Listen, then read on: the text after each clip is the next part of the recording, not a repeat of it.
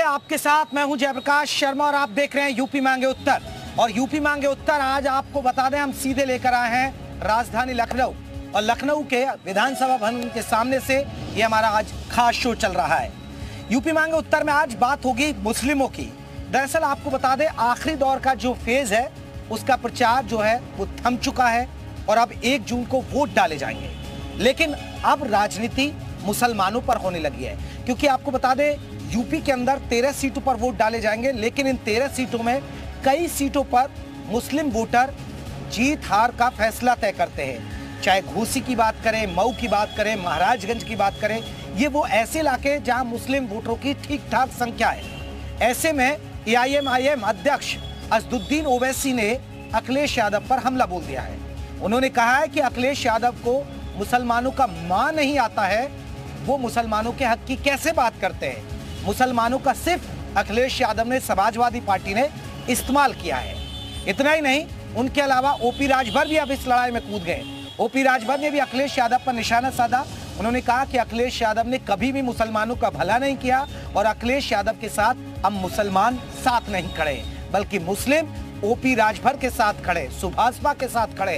तो आज इसी मुद्दे पर हम चर्चा करेंगे, क्योंकि जो आखिरी दौर की लड़ाई है पूर्वांचल में वो मुसलमानों पर आ गई है और अखिलेश पर हमला बोले जा रहे हैं। इसके मायने क्या हैं और इसका चुनाव पर क्या असर पड़ेगा, पहले आप ये बयान सुनिएगा नेताओं के, फिर इस मुद्दे पर हम आपको और भी बिंदु दिखाएंगे और तमाम मेहमानों से चर्चा करेंगे। कल अखिलेश यादव की सभा हुई थी कुशीनगर में, हुई थी ना? क्या उन्होंने अपनी जबान से मुसलमान कहा लफ्ज मुसलमान कहा? जो अपनी जबान से मुसलमान नहीं कह सकता वो तुम्हारे वोट का हकदार नहीं हो सकता। कम से कम 15 से 20% मुसलमान मोदी जी के वोट देते हो, राजभर जी के वोट देते हो, और वही कम से कम बता देते कि 10 से 15 हजार वोट छड़ी पर देते हुए यादव समाज के लोग। आश्चर्य होगा आपको, बूथ का बूथ हम गिनवा देंगे, ये लोगों की हवा निकाल दे रहा है। तो चलिए हम अब आपको दिखाते हैं कि आखिरी फेज के बाद जो मुस्लिम वोटरों की थोड़ी सी संख्या आपको बताते हैं। 2019 का आंकड़ा देखिएगा। बीजेपी को मुस्लिम वोटरों की बात करें तो 8% बीजेपी को वोट मिला। समाजवादी पार्टी को सबसे ज्यादा वोट मिला, 43% मुस्लिम वोट समाजवादी पार्टी को मिला।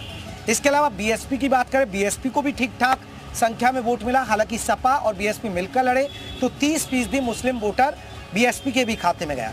अगर हम कांग्रेस की बात करें तो कांग्रेस के खाते में 14% गया, यानी बीजेपी के साथ नहीं गया।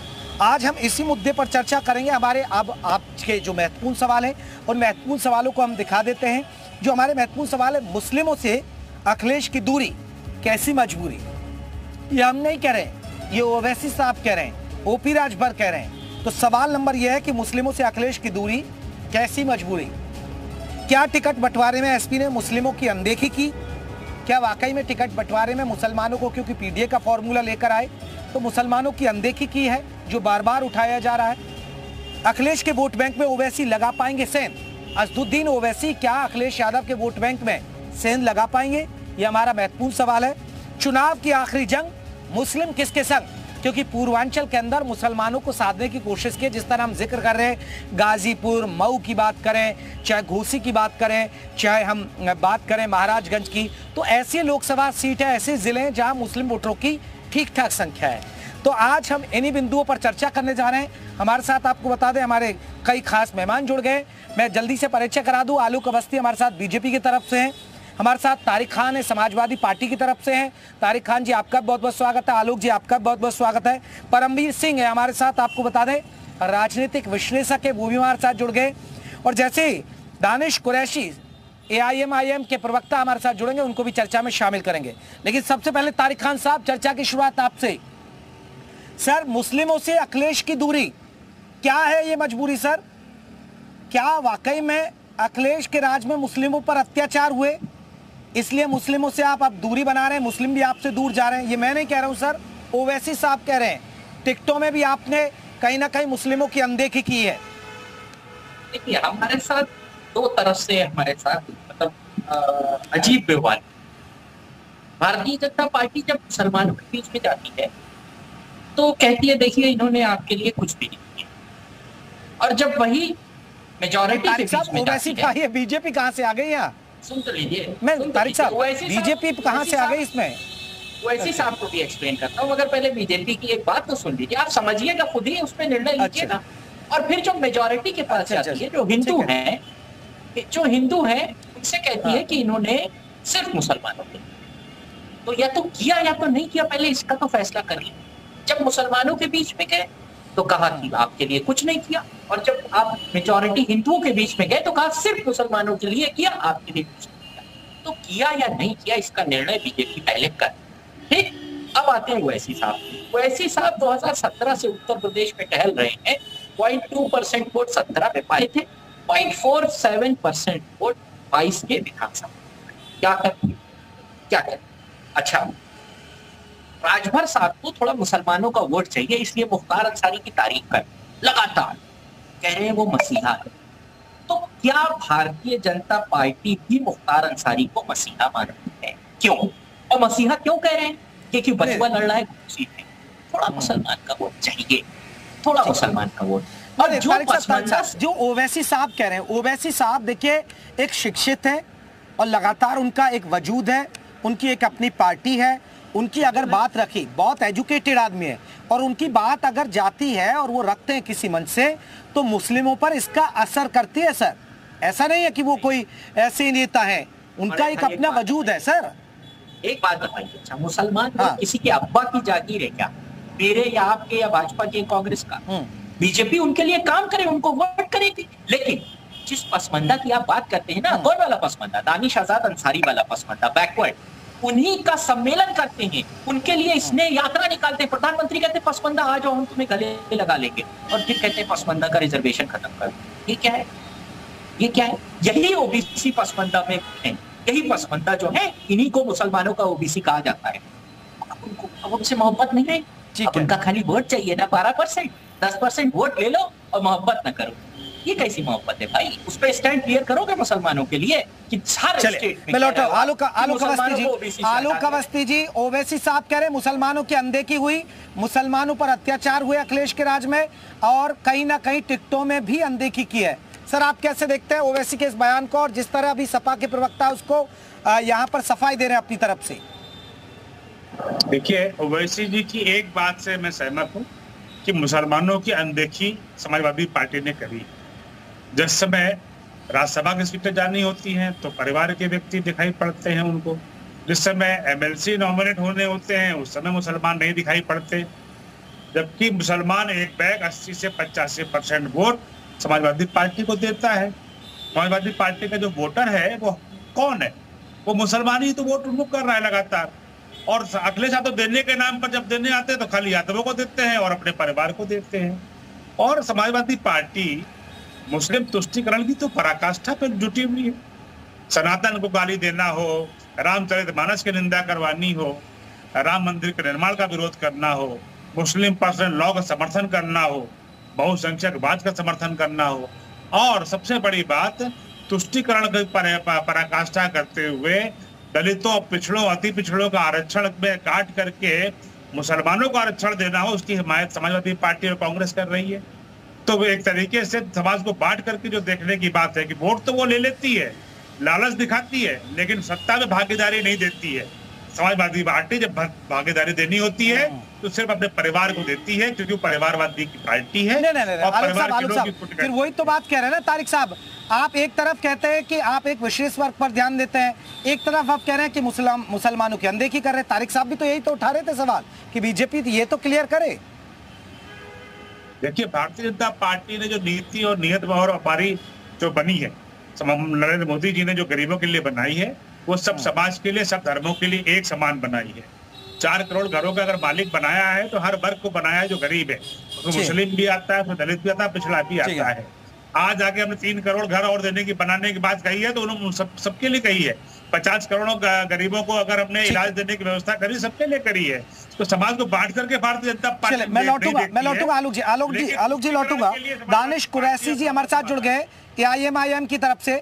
कुरैशी जी आपका बहुत बहुत स्वागत है। कुरैशी जी, चर्चा चल रही है जिस तरह ओवैसी साहब कह रहे हैं मुसलमानों की अनदेखी हो रही है, समाजवादी पार्टी में वोट की तरह इस्तेमाल किया जाता है, लेकिन उनकी अनदेखी हो रही है, अत्याचार होता है।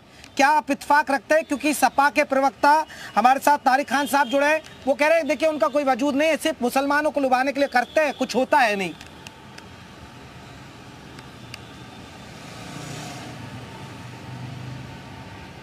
दानिश कुरैशी जी। जी क्वेश्चन रिपीट करिए तो जनाब। दानिश साहब, जो ओवैसी साहब कह रहे हैं आप इत्तेफाक रखते हैं? क्योंकि सपा के प्रवक्ता कह रहे हैं देखिए उनका यूपी में यहाँ कोई वजूद है नहीं, अब वो कहीं ना कहीं अपनी संभावनाएं तलाश रहे हैं, वो होगी नहीं। देखिए संभावनाएं और आकांक्षाएं जो हैं, मुझे लगता है कि उम्मीद पे दुनिया कायम है और अल्लाह ने कोशिश में कामयाबी रखी है। और ये खुदाई दावे करने वाले सफाई लोग जो हैं वो खुदा बनने की कोशिश ना करें। अल्लाह ने जिस वक्त हमारे हक में कामयाबी लिखी होगी उस वक्त उसके बाद कोई नहीं रोक पाएगा, और जब तक नहीं लिखी होगी तब तक कोई वजूद में नहीं ला पाएगा। तो ये चीजें तो हो गई एक बात।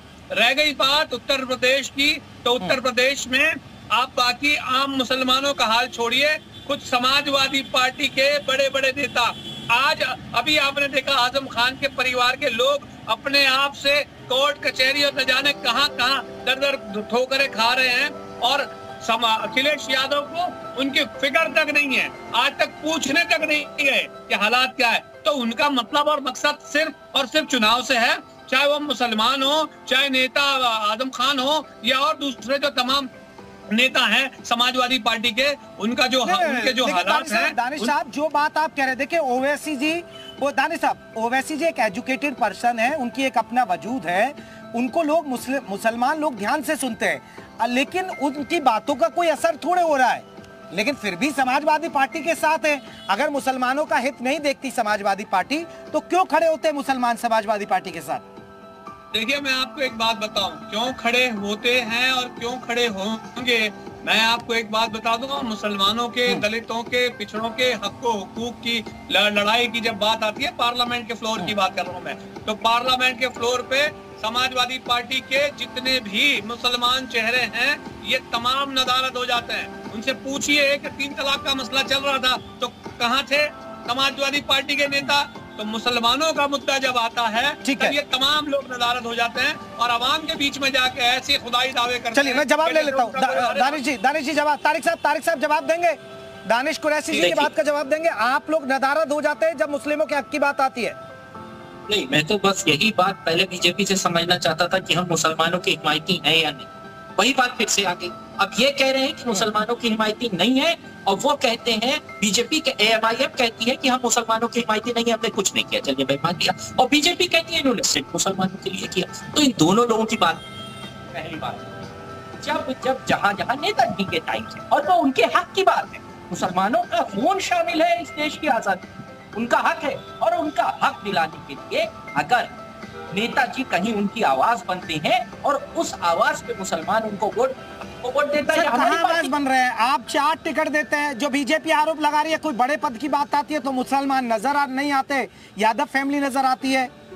बात ना करिए, देखिए यही फर्क है यहाँ पर कि क्या टिकट देना ही मुसलमानों की आवाज उठाना है, ये आवाज है क्या?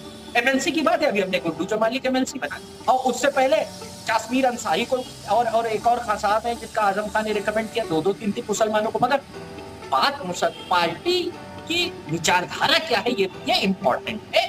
पार्टी किसको चुनाव लड़ा रही है ये तो अरे सर वो भी इसलिए बना देते हैं ना जहां आपको चुनावी फैक्टर साधना, वही बात है ना सर। आजमगढ़ में आपने BSP के नेता को लाए तो इसलिए कि धर्मेंद्र यादव को जिता सके। मैं आऊंगा, हमारे साथ परमवीर सिंह है। परमवीर सिंह जी, आप राजनीतिक विश्लेषक हैं। सर ओवैसी का ये बयान कितने मायने रखता है? क्योंकि पूर्वांचल की बहुत सारी सीटें जिन पर असर डालता है मुस्लिम वोट, ये मुस्लिम वोट की लड़ाई है। देखिए ओवैसी साहब पढ़े लिखे बैरिस्टर हैं, वो लॉयर नहीं बैरिस्टर है, वो बहुत अच्छे से जानते हैं नमक पर हाथ रखना। और एक कहावत होती है, हाथ कंगन को आरती क्या, पढ़े लिखे को फारसी क्या। देखिए मुसलमानों की स्थिति इस समय क्या है समाजवादी पार्टी में, वो छुपी नहीं है किसी से।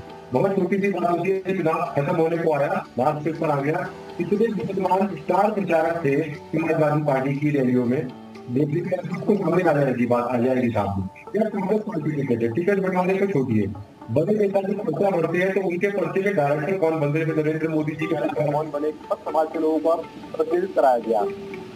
समाजवादी पार्टी के 2 सर्वा नेता डिम्पल यादव जी, अखिलेश यादव जी, दोनों ने पर्चा भरा, किसी मुसलमान को डायरेक्टर तक नहीं बनाया आपने, क्योंकि उन्होंने जो भी उनकी आकलन गणित रहा होगा तो उस हिसाब से उनको वो फिट नहीं बैठे वहां पर। और ये समस्या हुई क्या है, देखिए बहुत लंबे समय तक मुसलमान को डरा कर रखा गया पूरे भारत में कि आप हमारे साथ हमारे वोटों में अगर हमारे पीछे चलेंगे तो आप सुरक्षित रहेंगे, वरना आपका अहित हो जाएगा। अब ये जो नैरेटिव बनाया गया था ये टूट रहा है। मुसलमान भी समझता है कि नहीं भाई मैं जगह जगह जाऊंगा, इसीलिए आप देखेंगे पूरे भारत का अगर अवलोकन करें, यूपी का ना करें, तो मुसलमान वोट तमाम जगहों पर गया है। भाजपा को भी मुसलमानों का वोट जा रहा है, कांग्रेस की तरफ भी जा रहा है और अन्य दलों की तरफ भी जा रहा है। ये समझिए जागरूकता आ रही है, वो समझ रहे हैं कि हम आपके बंधुआ वोट बैंक नहीं है, आप हमें हमारा हक दी तो हम साथ में चलेंगे। और जो डर की 1.5 इंच की दीवार बनाई गई है ना, जो मुसलमान को इसी 1.5 इंच की दीवार में रहना पड़ेगा कि आप देश से अलग है, तो ये चीजों का नैरेटिव टूट रहा है। बार बार बात कर दी जाती है सब की मुसलमान। नहीं, एक बड़ी बात है परमवीर जी, ये ओवैसी और अखिलेश के बीच मुस्लिम वोटरों को पाने के लिए जंग देखी जाए क्या? देखिए अखिलेश जी छुपकर पीछे से कहते हैं कि मैं वो पीडीए का नारा तो देते हैं, लेकिन अल्पसंख्यक कहते हैं, जबकि अल्पसंख्यक का मतलब अखिलेश जी की डिक्शनरी के हिसाब से केवल मुसलमान है। इससे अच्छे तो ओवैसी है, कम से कम ओवैसी खुले मन से खुले दिल से तो कह रहे हैं कि ठीक है भाई मैं मुसलमानों के लिए आया हूँ, और उनकी पार्टी का नाम भी यही है, तो वो खुल के तो मुसलमानों की तरफ से आ रहे हैं, पर्दे के पीछे कुछ नहीं कर रहे। इस हिसाब से अगर मुसलमान गणित लगाएगा कि हमें मुस्लिम पार्टी में ही रहना, तो वो ओवैसी जी को अच्छा ऑप्शन मानेगा, वो क्यों जाएगा इस तरीके से कि खुल के कह भी नहीं पा रहे उनके हित में।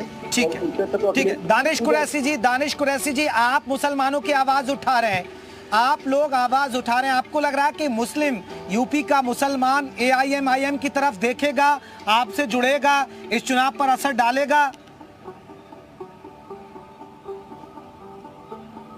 मुसलमानों की बात नहीं है, मैं पहले कह चुका और फिर रिपीट कर रहा हूँ, इस देश में दलित पिछड़े मुसलमान तमाम लोगों के लिए सदा बुलंद करने का काम बैरिस्टर सदुद्दीन ओवैसी साहब करते हैं। और आप देखिए ये जो राजनीतिक तौर पर जब चुनाव के वक्त में सपा के लोग और बाकी जो लोग जो सो कॉल्ड सेक्युलर निजाम के लिए चले आते हैं, वो लोग, मैं फिर दोहरा रहा हूँ कि जब हालात बनते हैं तब मुसलमानों के मुद्दों पर वो बाहर नहीं निकलते हैं। चाहे पूरे उत्तर प्रदेश के हाथ, मुझे बताइए उत्तर प्रदेश में जिस तरीके से आज मुसलमानों के खिलाफ जहाँ मामले बने, चाहे वो मदरसे गिराने की बात हो, मस्जिदें ढकने की बात हो, चाहे मॉब लिंचिंग की बात हो, चाहे आप पब्लिकली मुसलमानों के लिए मतलब नमाज पे पाबंदी लगेगी, लेकिन अगर कोई परिवार जा रहा है तो होली पे वो मनाएंगे। क्या अखिलेश यादव के मुंह से आवाज निकली इसके लिए कि रमजान के दिनों में ये मामले बने? ठीक है, तो तारिक जी जल्दी से जवाब दीजिए।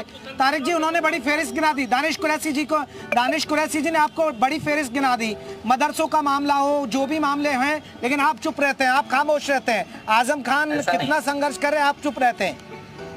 ठीक है, आजम खान साहब के लिए कानूनी लड़ाई लड़ रही है और पूरी समाजवादी पार्टी लड़ रही है, उनके साथ हम खड़े हुए हैं। जब जहां जिस मुस्लिम मसाइल पर जरूरत पड़ती है उस पर समाजवादी पार्टी स्टैंड लेती है, जब जब जरूरत पड़ी है तब हमने स्टैंड। नहीं बताइए कहाँ स्टैंड लिया आपने, मुझे बताइए तो। कब नहीं लिया आपको जगह बता दी। नहीं, मुझे ये बताइए, मैं क्या खाली ट्वीट करने से काम खत्म हो गया?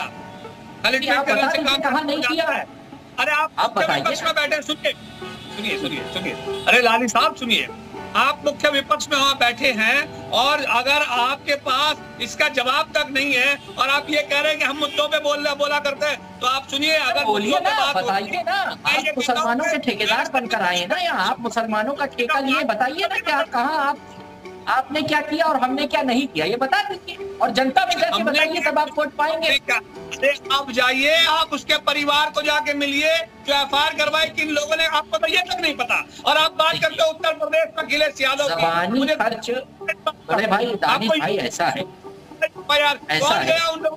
कौन गया थाने पे और किन्होंने गिरफ्तारियों के लिए मोर्चे निकाले, जब आपके पास इतनी जानकारी नहीं।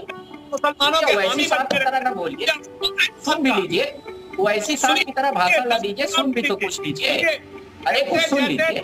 रिक्वेस्ट है वैसी साहब, अरे भाई सुन तो लीजिए, अरे साहब सुन लीजिए, रिक्वेस्ट एक छोटी सी, हम मान रहे हैं, अच्छा एंकर महोदय हम मान रहे हैं हमने मुसलमानों के लिए कुछ नहीं किया, उत्तर प्रदेश में मुसलमान हमें वोट नहीं देगा, हमने मान लिया इस बात को, चलिए ठीक है। ओवैसी साहब से एक रिक्वेस्ट है साहब, एक जो बड़ा अस्पताल वहाँ हैदराबाद में खोले हैं, करोड़ों नोट छाप रहे हैं, एक यूपी में भी खोल दीजिए ना फ्री में, आप फ्री के बच्चों के लिए। अगर कब चाचा, कब चाचा, कब चाचा, कब चाचा, कब डेटिया तो बता दीजिए, पत्थरवा रखा दीजिए ना, पहला डेटिया बता दीजिए। ये लड़ाई सिर्फ मुस्लिम वोट बैंक की है सर, ये लड़ाई सिर्फ मुस्लिम वोट बैंक की है। सपा को भी मुस्लिम वोट बैंक चाहिए और देखिए ओवैसी की पार्टी को भी मुस्लिम वोट चाहिए। आप सभी मेहमानों का बहुत बहुत शुक्रिया हमारे साथ जुड़े। मैं माफी चाहूंगा, मेरे पास इतना ही वक्त कम था, लेकिन आप देख रहे थे यूपी मांगे उत्तर, सीधे लखनऊ से और विधानसभा के